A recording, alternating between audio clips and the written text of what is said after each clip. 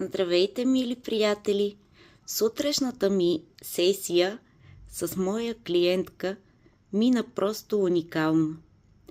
Тя ми сподели, че само от една среща с мен и практиката, която направихме заедно, просто е минала от тревожност, паникатаки, състоянията, с които ме потърси, натрапливи мисли, треперене, гадене, всички симптоми на тревожността и паникатаките, само за една среща с мен се е успокоила на 100%.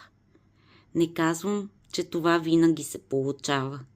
Даже си е прецедент, може би, в практиката ми, или за първи път се случва, но се случва.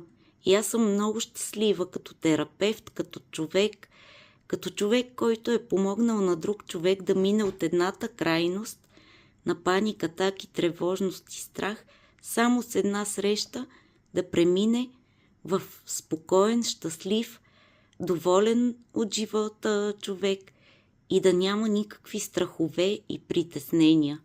Така че, ако се интересувате как точно се е случило това, с какво успяхме така буквално да преобърнем на 180 градуса живота на моята клиентка, пишете ми коментар практика и аз ще ви споделя на лично съобщение повече подробности, разбира се, запазвайки анонимността на жената, която ми се довери и с която постигнахме този грандиозен успех.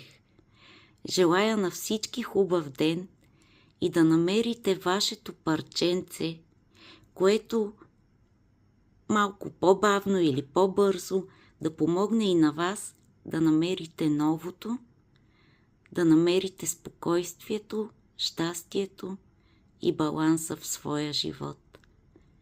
Защото всеки го заслужава и не е нужно да живеете живота си в тревожност, страх, опасения, паника и да, на всички пожелавам спокойствие.